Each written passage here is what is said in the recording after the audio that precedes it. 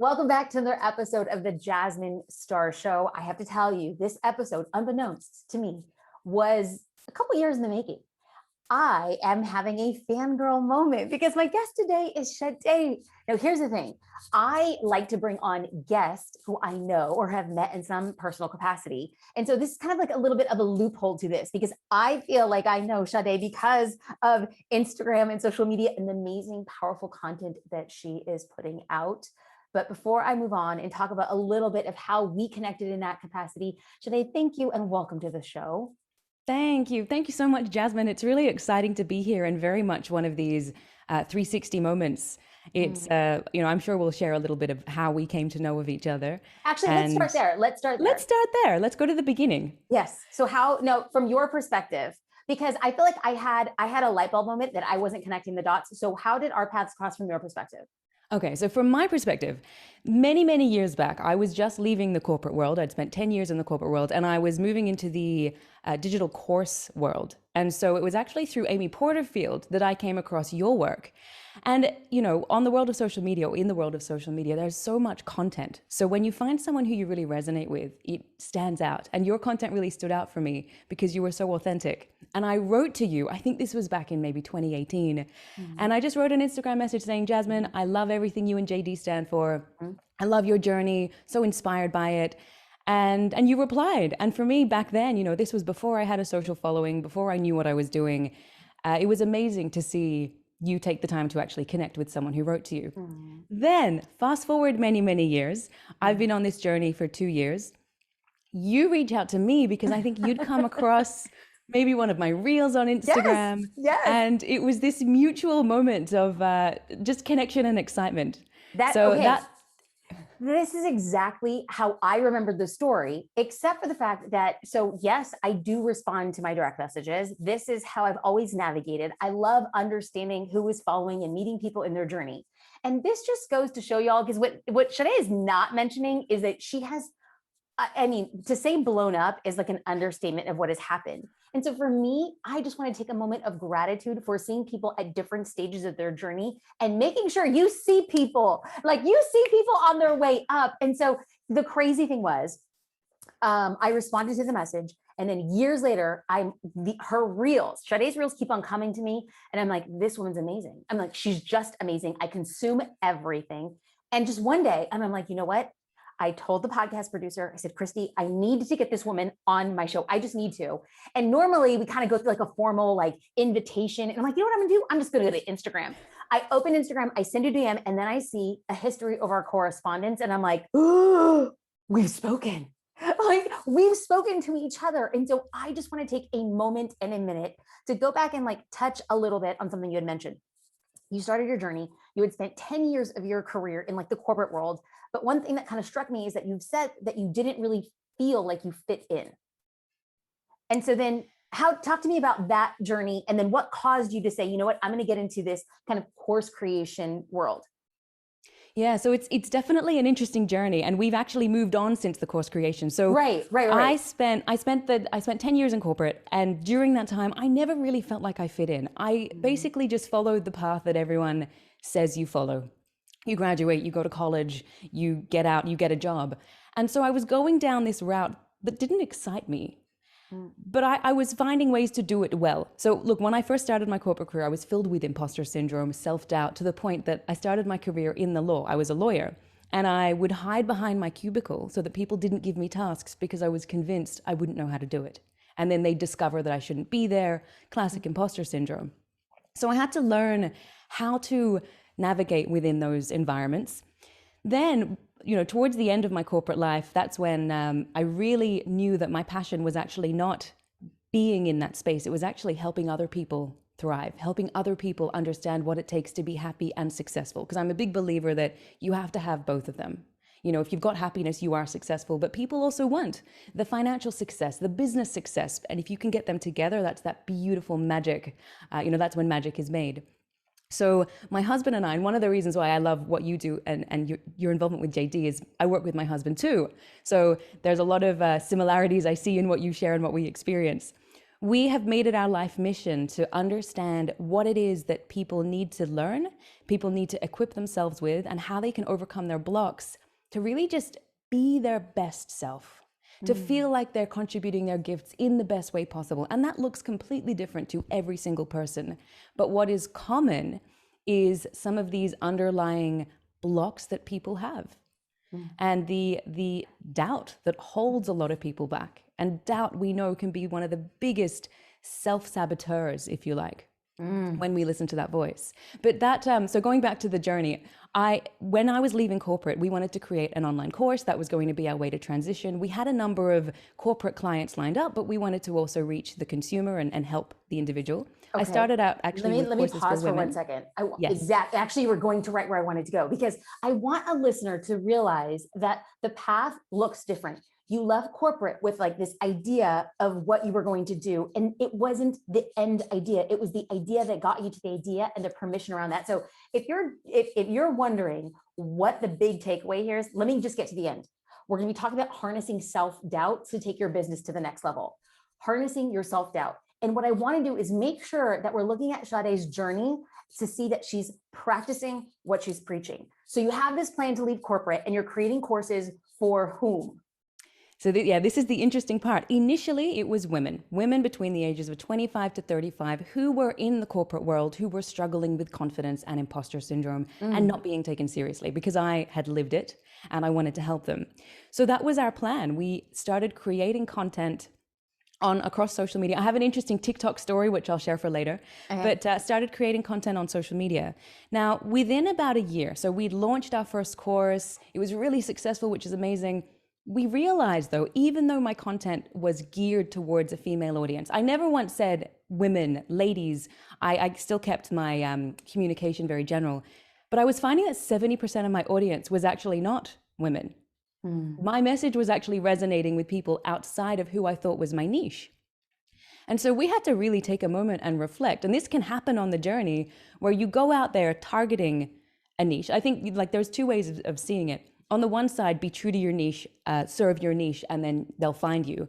But on the other hand, there's nothing wrong with reevaluating. Absolutely. And if you're finding that your message is actually hitting others and they're really resonating, it may be worthwhile to actually pivot and consider how can you still do what you do, but expand it so you can bring in all these other experiences. And so that's what we did. So now I should probably also mention, we run a global leadership development consulting and research firm. So we have a very strong presence supporting organizations, some of the leading organizations around the world. But what we do on the social media side is really just help the individual, regardless of where they work, what they do, what business they're in, or what business they're running. And we were just finding that it was actually, our message was being received by men more so than women. So we had a little bit of a pivot moment. We thought, okay, how can we serve everybody? And then that's when the focus of the social media shifted to broadening out our audience. And it's been amazing. And I'm sure we'll get into this, but the power of video, especially short bite-sized content where people are seeing you, hearing you, you're coming up in their feed frequently. The trust that you build with people is phenomenal. And even though, just one other note, even though we specialize in building confidence, overcoming blocks, peak performance, that's our space.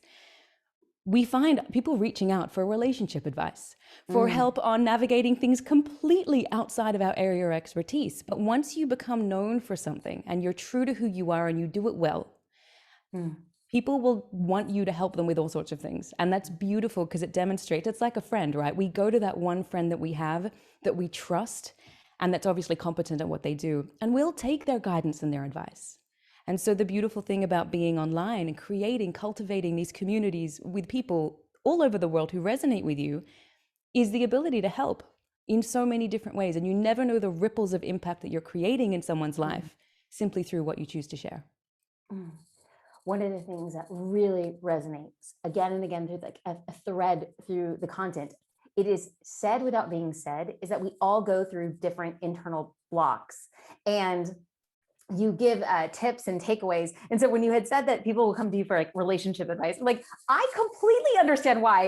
If I wasn't happily married, I would be like, I would trust you with everything from internal blocks, my corporate path, a relationship, and I would probably trust you if you had a cooking show. I'm not lying. It is just your ability to make people believe and see things from a different perspective. Now, before we get in, I don't think that Shadé would ever say these things, but she's a best-selling author, a 2-time TEDx speaker, and she's currently doing her PhD research in peak performance. So when we talk about making sure that we're well-rounded to speak to these things, I just feel incredibly honored that you are here. Now, we will absolutely talk about video presence and bite-sized pieces of building your credibility, but a lot of things stop us from getting started.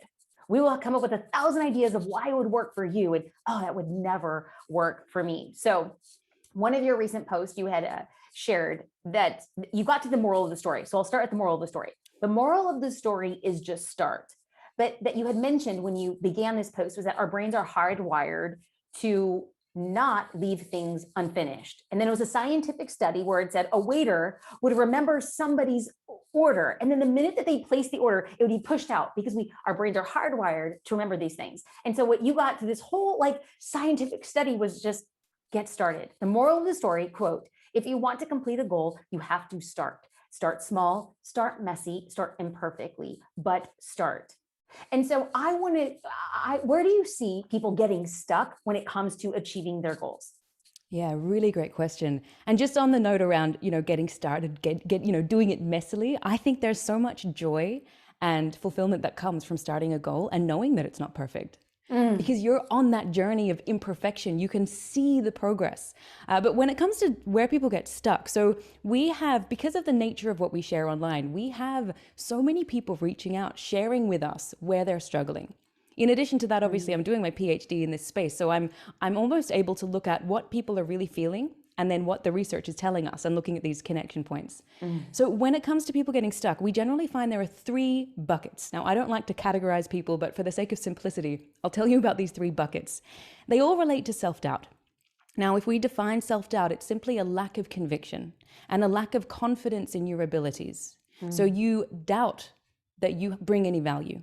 And it can manifest as this persuasive voice in our minds that tells us, and Jasmine, you touched on some of this, it says things like, you're not ready, you're not good enough, they're so much better than you, no one's going to want to listen to you. And then we listen to it, and then we don't act, and then it creates a self-perpetuating cycle.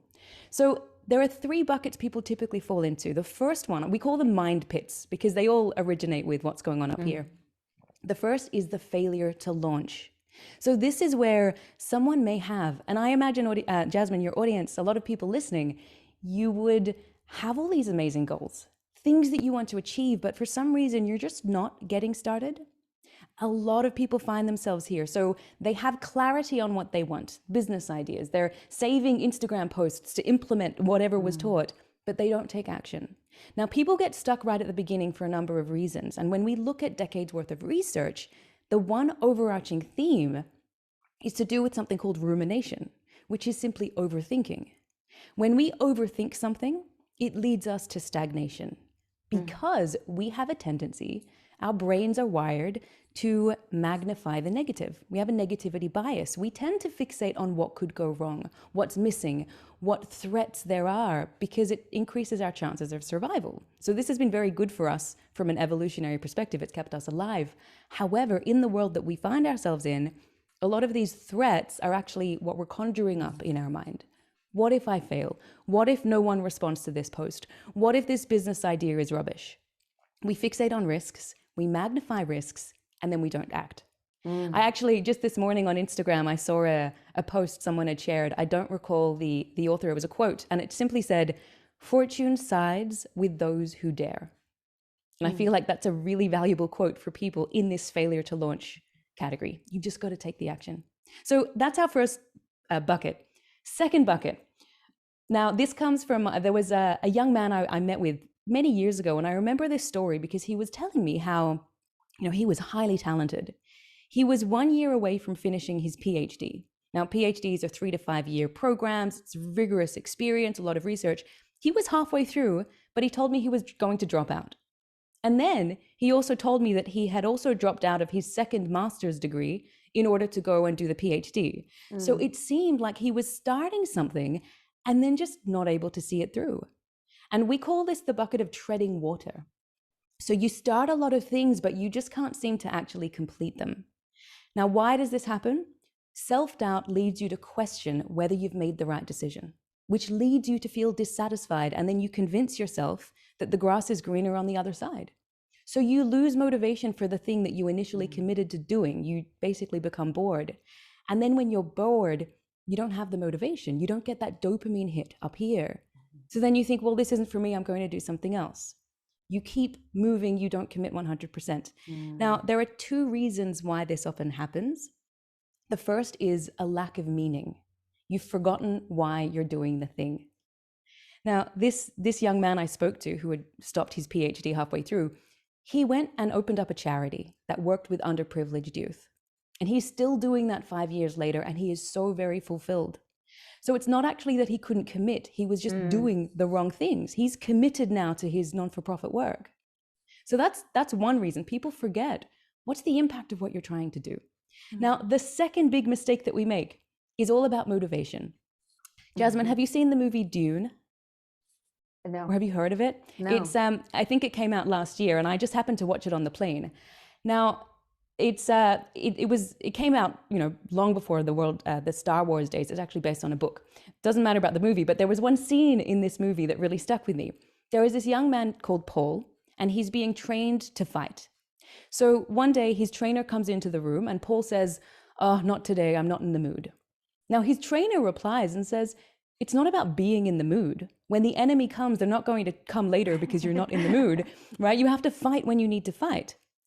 Why I like this little scene is that the message is that it's not always about feeling motivated or being in the mood. As we know very well, motivation wanes. Just because your motivation towards something drops, it doesn't mean it's a sign to stop. But a lot of people think it is. This isn't what I should be doing. So actually, what's more important than motivation? And I've only come to this realization very recently, because I was all about motivation, find the motivation, improve your motivation. It's actually about one thing, and it's discipline. Amen. Right? Amen. Doing something even if you don't feel like it, but you've committed to doing it. That's the power of discipline. So they're our first two buckets. We have one final one. Feel free to stop me at any time, because I get so passionate about these things. Are you kidding me? I'm going to the University of Shadé. I'm like, I'm on my 3 buckets, and point 2 has 2 subpoints. So let's bring everybody back. So bucket number 1 was overthinking. Yes. We come to a point of stagnation and like what could go wrong. And oftentimes we make up these scenarios and we make those fake scenarios true, and that stops us. The second bucket would be treading water. And this is where we can't complete and we're losing motivation. We think that if we lose motivation, it's an indication that we shouldn't be doing this. And part of the reason why is perhaps we have a lack of meaning. And you use that example of somebody starting a charity, and he stuck to it because it meant something to him, and that discipline is greater than motivation. Bucket number 3, let's go. I'm on board. Let's do it. Okay. Okay. So bucket number 3, where I call it destination obsession. Essentially, what this means is that it's an inability to sit still. So you don't have a discipline problem. In fact, you have a lot of discipline. You keep pushing, but you push so hard, you actually don't give yourself a break. So you feel guilty when you stop working. You reach a goal. So you're good at setting goals. You reach your goals. You get to your destination, and you immediately put a new one into your GPS. It's never enough for you. Or, Shadé, or you get to the goal line and then you move the post. I feel like you're calling me out. I feel like, I'm like, oh no, let's end the podcast. I don't want to hear the rest of this. Yeah, this is too confronting. Oh, destination obsession. Please continue. Thank you. Look, Jasmine, it's so common, especially with people who are driven, who want to achieve for the sake of having impact. A lot of people who are also in the business realm, entrepreneurs, business owners, people trying to grow audiences on social media, we feel this inherent guilt, productivity guilt. We can't stop, otherwise we'll fall behind. We reach the goal, but it's not enough. We push the goalpost even further. So we never get the satisfaction of progress, right? So again, it's not that you don't have discipline. It's almost that you have iron discipline. You set very high standards, which lead you to continually chase the standards. And then if you don't achieve them, then you become self-critical. So we're not really, for a lot of us, we're doing a lot of things. We're super busy, getting a lot done, but it's not actually getting you to anywhere meaningful because you're not allowing yourself to appreciate the growth, appreciate the journey. And a lot of people forget that this is a sign of self-doubt. It's because you are doubting the value that you bring, and you're doubting that you are ever enough. And so much, when we talk about self-doubt, so much of this originated in the earliest years of your life, in terms of your relationship with your family, the messages you were exposed to, the school you went to. It's not just your parental relationships. We know that there's a big part of that. But it's even beyond that. Early experiences you had in relationships, in your career. These things shape how you see yourself. And then these manifest when it comes to how we approach goals and work and business and career. So these are the most common mind pits that we found people fall into when they're feeling like they're not where they want to be. They're not feeling fulfilled. And so there'll be some element of these for a lot of people. So if it's possible, and maybe this extends beyond the realm of something you talk about, but we have designated and defined these 3 mind pits. Do you talk about how to address, because I think there's listeners who are like, I'm the overthinker. And then I can clearly, and I want to be very honest, and you can ask me any questions, because I'm looking at this as like, I am getting to experience PhD quality feedback. So it is an open end, like all questions, ask me anything, because I want to first identify that I too, destination obsession. And then I do believe that this has sprung itself from feeling like I was never enough. So what then do we stop that pattern? Now that we're aware, and we classify, what do we do within each of those buckets? Yes, great question. Well, let's go to the first. Let's work through each of the buckets. So the first one we had was where it's a failure to launch. You're stuck in rumination. If you're stuck in this space, so generally, you know the goals you want to achieve, you just can't get started because of what's going on up here. What we know is that you can't not think about something by telling yourself not to think about it. If I tell you not to think about this, right? This is some pawpaw ointment. I tell you not to think about this pawpaw ointment. You can't not think about it. Wait, hold on, Shadé. What is popo? Oh, I think it's papaya. In Australia, we call it pawpaw. Oh yes, it's papaya. Okay. Because we were going to get DMs after me like, what's popo? What is that? Yes. Okay. Thanks for clarifying. We need to make sure everyone understands what we're talking about. It's papaya ointment. Okay, perfect. Papaya ointment. Tell me not to think about it, and I'm going to think about it. Yes. Exactly. So, and in fact, there was this fascinating experiment called the famous white bear experiment, where they asked people not to think of a white bear. There were 2 groups, right? One group was asked not to think of a white bear. The other group was asked to think of a white bear. Now they had to then just write down for, I think, 5 minutes, write whatever they're thinking about. The group that was told not to think of the white bear thought about it more than the group that was told to think of the white bear. So what does this tell us? We can't tell ourselves not to think something. A lot of people in this space tell themselves, I'm not going to focus on what's wrong. I'm not going to focus on risks. It doesn't work like that. So we need to honor what's going on up here. And what can be really helpful is to start with just a mind dump. So you set yourself 10 or 15 minutes, grab a piece of paper and a notebook, and just write down everything on your mind. Allow yourself to become really comfortable with the risks, the challenges, the concerns that you have. Just dump them down. Once you've done that, you might firstly feel like you have a little bit of additional mental clarity because you've finally gotten it down on paper. But then the second step is to look at all of that and say, all right, what can I do something about? And you grab a different colored pen and you circle anything that you do have control over. Because there's always things that we can do and things that are completely outside of our control. Correct. So you've gone through and circled what you can do. The next step, we don't leave it there because that can be overwhelming. Like, whoa, there's so many things that I should be doing. The next step is to grab a second colored pen. And you're going to underline the tasks or the things that you can do that you're actually going to do. So now we move to the what I will do or what I intend to do. So you've got this map in front of you. You then create a list. I know a lot of people say things like, don't use lists and find other methods. I really like lists. I'm old school. Create a list. I always encourage you to handwrite it. I think there's the ability to tap into thoughts, when we handwrite things, because how did we all learn to write? It was handwritten, it wasn't typed. So we go back to that. You write your list and every sentence starts with I will or I intend to. And you simply just write down what action you will take. And this is where it comes to what you were saying, Jasmine, about how you just need to start. You just have to take action.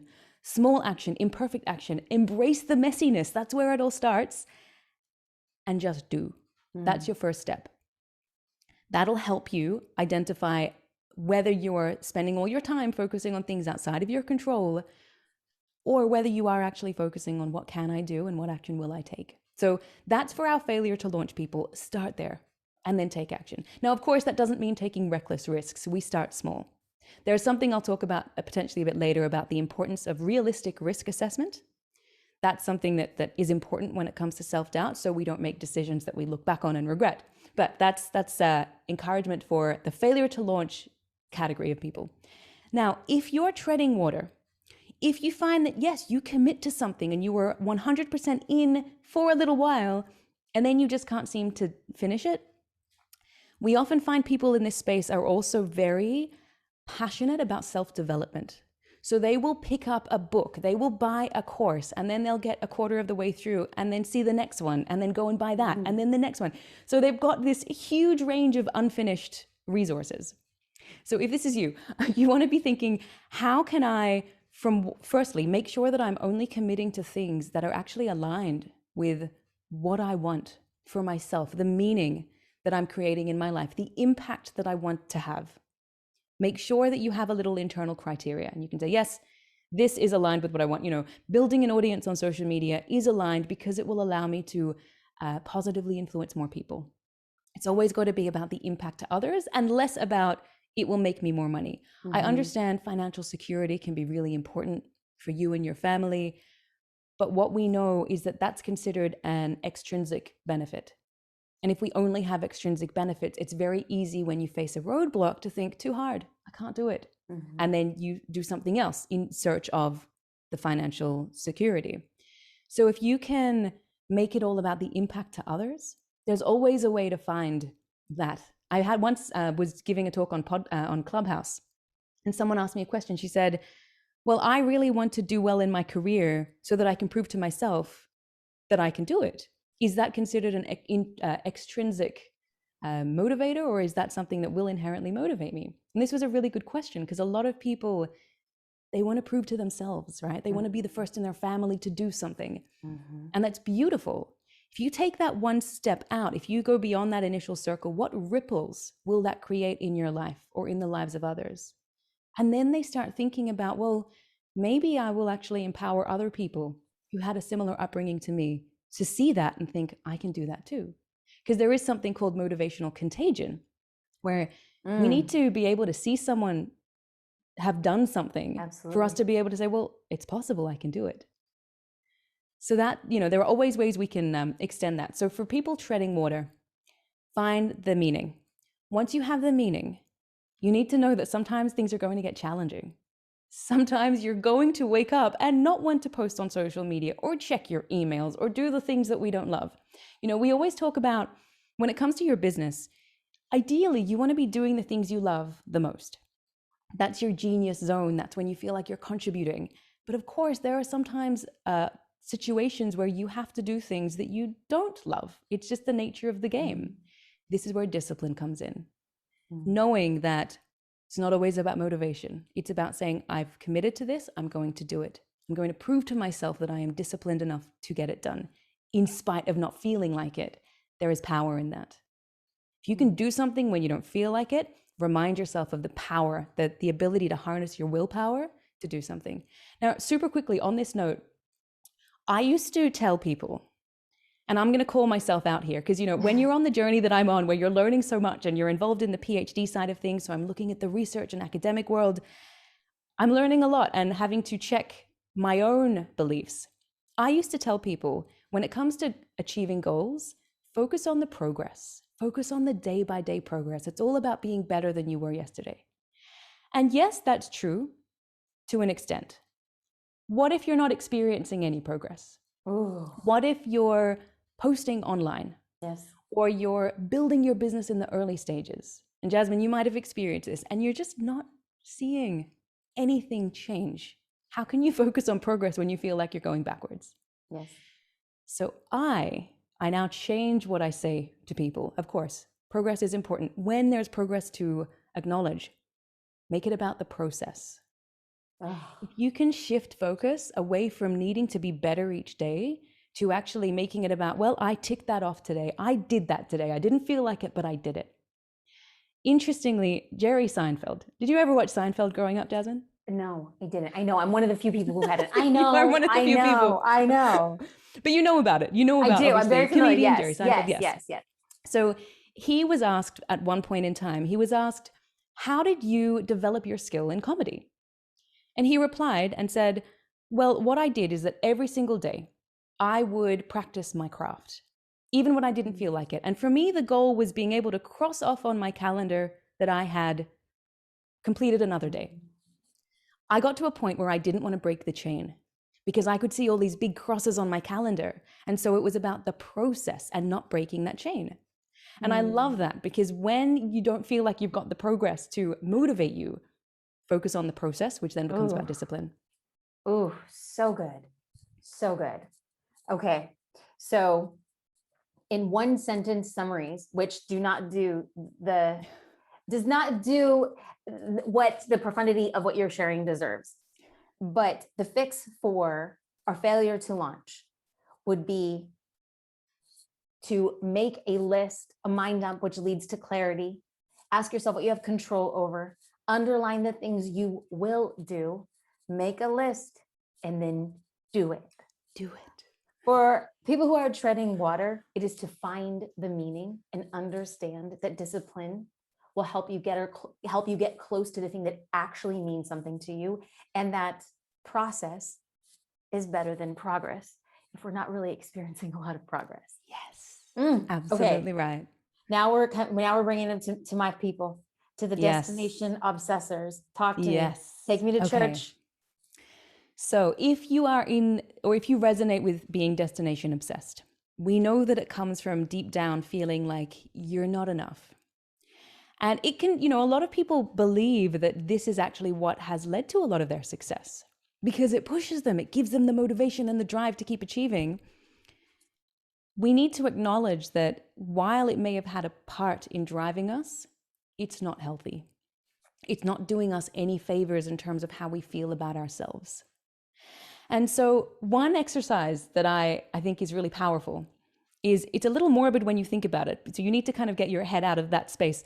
Look, every day that passes, we are moving towards the end of our lives. And I know we don't like to think about that, but we are. It's the reality. Yes. Right? It's the reality. That's where we're headed. So flash forward. You're at your own funeral. This is actually an exercise that Stephen Covey encourages in his book, 7 Habits of Highly Effective People. He says, flash forward, you are a fly on the wall at your funeral. What are people saying about you? What are they saying about you? What are your family and friends saying? What are your business associates saying? What is your community saying? And in this case, it would be, what do you want them to say? Then you bring things back to the present and you think, how can I create that now so that when I get there, that's the legacy I'm leaving? And what this does is it reminds you that we can get so fixated on the here and now and achieving the goals and what's next. We're all going to end up in the same place. Mm-hmm. And so we have to be thinking about, how do we make sure that we're not leaving people behind? We're creating that legacy. That's a really beautiful existential exercise you can do, just to reflect on, who am I? Who do I want to be? Now, the second really pragmatic part around this is, for someone who is destination obsessed, you're very good at setting and achieving goals. You're not so good at taking time off for yourself. But without doing that, you are going to lead yourself to emotional exhaustion, or at least not be able to use all of your gifts. Because, I use this little analogy in one of my posts. We have a certain amount of cognitive power each day. Let's say we wake up in the morning and this cup is full. With every decision that we make, with every task we're working on, we pour out a little bit of that water. I've got to make sure I don't actually make a mess here on my microphone. We pour out a bit of that water. If you're never giving yourself time for that to be replenished, you're going to be running on empty. And if you have an empty cup, you can't give to others. I know a lot of people who are destination obsessed also are givers. So they like to give of themselves, say yes to people. They like other people to be happy as well. And so it can lead to this feeling of self, or this state of self-neglect, where you're not looking after yourself. You say to yourself, well, I'm doing this for the family. I'm working so hard so I can set us up, so we have financial security. So it's always this drive, this responsibility you put on yourself. In order for you to reflect on that and really unwire that unhealthy thinking, you have to take time. You've got to carve out time. Make it a goal. Make it a goal to carve out 30 minutes, 40 minutes, whatever it is each day. Put it in your calendar. Again, bring the discipline to everything else that you have, Right. Bring it to that as well. And when you have that time, one way that we encourage people to carve out this time is actually through something as simple as walking outside. Charles Darwin famously had a thinking path where he would go out walking without taking anything with him and just allow himself to reflect. Because when we're going outside, for a lot of people who struggle to take time, they want to still be doing something because they have a productivity orientation. When you're outside, you're moving your legs, you're progressing in a forward motion. You're also doing something called lateralized eye movement, so your eyes are tracking right and left. Interestingly, lateralized eye movements and forward progress, self-generated forward movement, when we look at some of the neuroscience research from 2018, it activates a part of the brain which is all about leaning into friction. And for a lot of people, acknowledging that they're destination obsessed is going to cause some friction. So walking outside is powerful. Also, when you're not actively engaging your brain to focus on a task or achieve a goal or solve a problem, the brain's default network is activated. And it will still be thinking about things. Jasmine, have you ever had an amazing idea when you've been showering or doing the dishes or out walk? Yes, right? Mm-hmm. It's because of what's going on in the brain. And a lot of us can relate. We have this increase in creativity when we're not actually thinking about the thing we need to be thinking about. It's because of this part of the brain.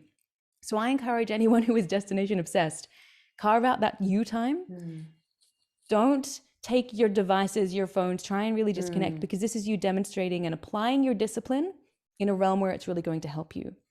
The next step is obviously cultivating your sense of self-worth. This is where acknowledging progress is important, because if you're destination obsessed, you will be progressing, even if it's just look at all the things I achieved last year. Yes, I keep pushing up the goalposts, but actually look at what I did. And it can help to discuss this with someone else and share with them, oh, I did this. Did you notice that I did that? Just get someone else's perspective, because often we're so in here that we don't look at where we've come. We're constantly putting the new destination in the GPS that we don't look at the journey we've been on and everything we've learned along the way. For me personally, it's for people who are destination obsessed, it really helps them to look away from tangible accomplishment and towards growth, personal growth and development. What new insights do you have about yourself? What new revelations did you learn about the world and the impact you can have? That's the stuff that really matters. That's also allowing you to tap into the meaning that you need to keep you going over the long term.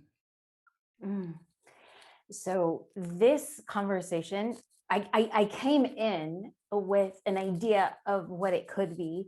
And all I feel so strongly is the conversation is what it should be. And I don't know, you had mentioned, and I definitely want to talk about you had made a reference to something that had happened on TikTok. And so what I sense very strongly is we have a group of entrepreneurs who are self-identifying and then feeling very hopeful, because I can identify and I can see this is a clear path and a pattern to get me to where I want to go. So the goal was, when we started, was just start. And then we outlined the reasons or self-doubt why we don't start. And then we came back and we have kind of like a path, a starting point of, okay, enough's enough. You could have feigned a knowing, and now you no longer can. So now we've gotten to a point in this conversation where we talk about showing up and doing things that are making us a little bit uncomfortable. I would like to tap a little bit and use you as an example of, when did you start feeling doubt? When did you start getting traction? And then how did you talk yourself into doing something that perhaps didn't feel so natural? And now from the outside, you have this massive following, you're doing these massive things. Talk to us about that journey of getting to where you are. Absolutely. And this is the TikTok story that I want to Okay, share good. because Oh, good. That's a lead-in. That's a lead-in. Okay. You knew about this one, Jasmine. Well done. Well done. So this is back. Okay, so 2020. Take your mind back to the beginning of 2020. I had just left my 10-year corporate career, and we had plans to relocate to Southeast Asia to expand our business in that region. I left on the 20th of March. We had flights to leave the country on the 27th of March, 1 week after. So within this 1 week, we had sold our couch, we'd sold a lot of our stuff, and then the international restrictions hit. Because of course, there is this global pandemic. All of a sudden, our plans around global expansion and relocating to another, continent out the window. We found ourselves with all of our events, because at this time we were focusing on corporate. We were doing training, programs really supporting some of the world's largest organizations. So it was amazing that we had this lined up. That all was just indefinitely postponed or cancelled. So we found ourselves it was in Melbourne, Australia, which ended up being the world's most locked down city. So, the other thing. But we found ourselves really twiddling our thumbs and thinking, what are we meant to do while we wait? That's when I had been hearing about this app called TikTok. Now, back then, I really wasn't on Instagram. I didn't really understand what it was. I posted a few things. I wasn't gaining traction. So I assumed it wasn't for me, as a lot of us do, right? We don't give ourselves the time. And then we assume, not for me. Let me put myself elsewhere. This was my treading water, starting something, not finishing. So then, TikTok. I love this. Thank you for being so open. This is perfect. Of course. Yeah. It's important to understand what the reality is for a lot of these things. Yes. So back then, twiddling our thumbs, I applied to, do a PhD program. But in addition to that, I thought, let me try this app called TikTok. At that time, I didn't have it. So I had to create the account. No one knew who I was. So I thought, great, there's not really any risk. So that was the first thing. But I also knew, after 10 years of experience of working with my mind and understanding how I think, I am a big risk-focused person. Is this where we're going to talk about your risk assessment? Yes. Are we blending the two? We will. Because I made we are notes. bringing it in. Okay. Fantastic. So I thought, okay, so I was doing realistic risk assessment. Simply, I have 3 columns on a piece of paper. Left-hand side is what are all of the real risks associated with doing this? So one risk was that someone from one of the organizations we were working with would see it and it would lower my credibility. Another one would be, big waste of time. In this case, there was no monetary risk. So, but you could still include that. If you're involving yourself in a business venture and you need to consider what are the risks, you include everything down, dump it all down. So this is almost like one of those brain dumps where you put everything down in the left column.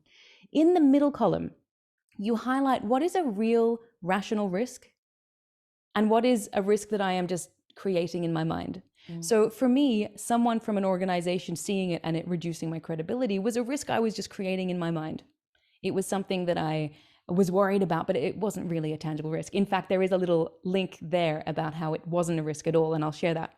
Then in the third column, you highlight, okay, for any that you've identified, there is a real risk. What can I do to help minimize that risk? Because sometimes there are risks. One of them would be, it could be a big waste of time. So I said, okay, I'm going to try it for 40 days. If it doesn't work after 40 days, that's it. Now, the other way that I mitigated that, and I also mitigated any risk of me losing interest because I wasn't seeing traction. I know on social media, things take time. So I filmed 40 TikTok videos in one day. 40 videos in one day, which meant I had 40 days worth of content and I could not back down. Good for you. Wow. So this was how I mitigated that risk. And that's how it started. So it was one day I committed, that was my risk minimization strategy, get them all done, can't back down for 40 days. And I'm so happy that I did that because the first 3 weeks, 0 engagement. Because of course, no one is seeing your content, so you can't gain any traction. Then at the end of week 3, one of my videos got picked up by the algorithm and I had about 8,000 views on it, which was amazing for someone with a very small following. The following week, one of my videos went viral on the platform, had about 60,000 views overnight. And then what was the topic? This was on how when people meet you for the first time, they judge you based on 2 things, your warmth and then your competence. So it was all around social psychology and people like that kind of stuff. It went viral. And then so within 4 weeks, 75,000 people following on TikTok. Wow. And I didn't have to create a single Wow. additional piece of content. This was all relying on that one day where I just dumped all my ideas down as my trial. Now, what that TikTok experience showed me is, firstly, we give up way too soon. A lot of us would have gotten to the beginning of week 3 and said, this is not for me. I've given it a go. 21 days, not happening. Right? We need to push just a little bit further. I'm a firm believer that those who make it are those who push through the resistance just a little longer, because you never know what is on the other side.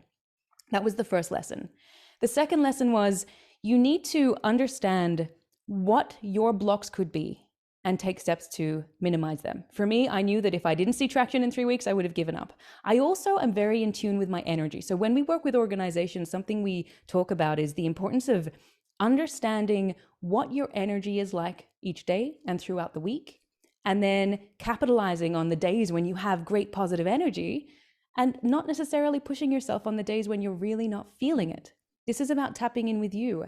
For me, I have days when I have amazing energy and days when I don't. I don't want to force myself to create. And it's funny because you could say, well, but that would be discipline if you force yourself to do it.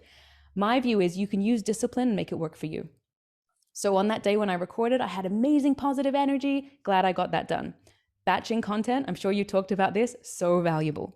The third lesson, you actually posted about this, I think, a couple of days ago, consistency. Consistency beats talent. Consistency beats ability. It's just committing to something, being disciplined about it, and doing it.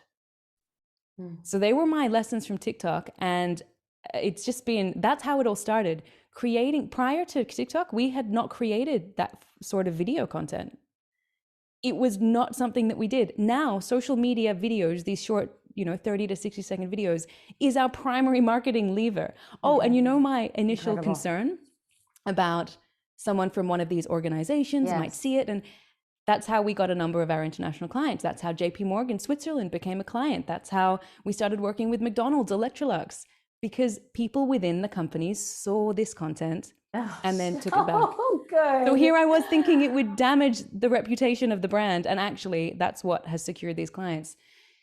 So there's so many lessons in that, I think, for people to know and to remind themselves, firstly, you've got to just start. My earliest videos are embarrassing. I look back and I cringe, but that's where I started. I've got to honor that. And then, pivoting and learning as you go, really taking steps to alleviate risks that you have, making sure that the risks or the concerns you have are real and not just created by your overthinking brain, and then just taking action, having the discipline, honoring your energy levels, and then just doing it. This is so much better than I thought it was going to be good. And I just feel like I got my cup refilled by you. Oh. I want to say thank you, because I'm just going to highlight what actually happened.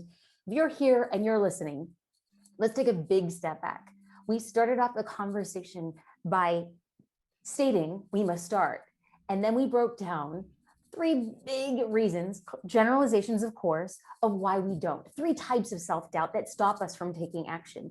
And then we went in and we gave a few steps to actually remove the doubt and remove the excuses that we would give ourselves. And then what we would do thereafter is have a plan to actually get us into motion. And then we asked Shadé for a personal example of how perhaps this doubt was popping up. And she kind of sort of alluded, and maybe I'm just going to jump the gun and just kind of say that she was a little bit in the treading water right when it came to her creating content for this business. And it was thrusted. Her life was thrusted into doing this. So what did she do? She started mitigating her risk and then finding ways. She started classifying her risks. What's real, what's perceived. And for the real risk, she started creating ways to mitigate it. And the very thing that she thought was a real risk that could compromise her business was the very thing that set her business up for success far beyond she thought could exist on a singular platform. So much so that she went from 0 to 75,000 followers in 30 days when she had given herself 40. So friends, we don't just see somebody saying, I study, I'm working on a PhD, and I'm great at what I do. What we saw was, I have done the work. I am doing the work, and I'm sharing the work. Shadé, thank you so much for the gift that you are. Thank you for walking us through. Thank you for giving us concrete paths to simply get started. And thank you for just taking the time selfishly. I'm saying thank you for refilling my cup and reminding me to remain disciplined, not to the work, but to my morning gratitude practice and meditations and the things that I do, because it's not selfish, it's actually self-care. And I think it was a total reframe moment for me. So I want to say thank you, thank you, thank you. How can people go deeper with what it is you do? How can they follow the journey on all social platforms specifically, but going to your website and getting more information? Where do they go? Well, firstly, before I even dive into that, Jasmine, huge thank you for the opportunity to come here. It's, you said you were fangirling at the beginning. I've been fangirling ever since you reached out. It's a pleasure.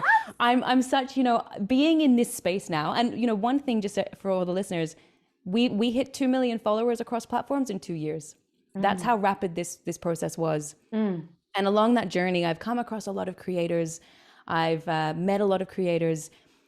I really respect those who are truly authentic and who are dedicated to truly serving their audience. And Jasmine, that's something you do. And I have no doubt that people who listen to you and follow you do the same. So it's an honor to be here. Huge, huge thank you. Thank you. We share a lot of content across platforms: YouTube, Instagram, TikTok, LinkedIn. That's primarily where you can go deeper. I mean, we try and share, as I say we, because again, it's my husband. You see me, but he's in the background strategizing, developing ideas and content. So feel free to come there. We have some exciting projects later this year and 2023. But Shadé, you say please go there, but where? Instagram, LinkedIn. Just follow on your favorite social platform. If it can, if this session or this talk connected. But how are they finding you, Shadé? I feel like I'm completely missing it. You're not shouting out the actual handle. Oh, of course. Clearly, I need to do more of this. So it's Shadé Zahrai is my handle. It's just my name. So SHADEZAHRAI. You can find me anywhere, and I'd love to hear from you. If you really resonated with something from this session with Jasmine, please connect. Please write, share it with me. That's wonderful. Thank you. We are going to be linking to her socials within the show notes, but I wanted to make sure that people had a very clear directive, hearing it audibly. 1,000 times over, it makes me uncomfortable to hear nice words about myself, but coming from you, I appreciate it. And I also think and firmly believe that if you ever left my outgoing message on my cell phone, I would be the luckiest person, because I could hear you talk all day long. We can set that up. You've called Jasmine Star. Please leave a message. My dreams would come true. Shadé, thank you 1,000 times over. You are a gift to the world. And there's going to be so many people who just 40 minutes ago found an excuse not to start, and you refuted it so kindly and beautifully and brilliantly. Thank you for being you. I appreciate you. Thank you so much, Jasmine. Likewise, I appreciate you.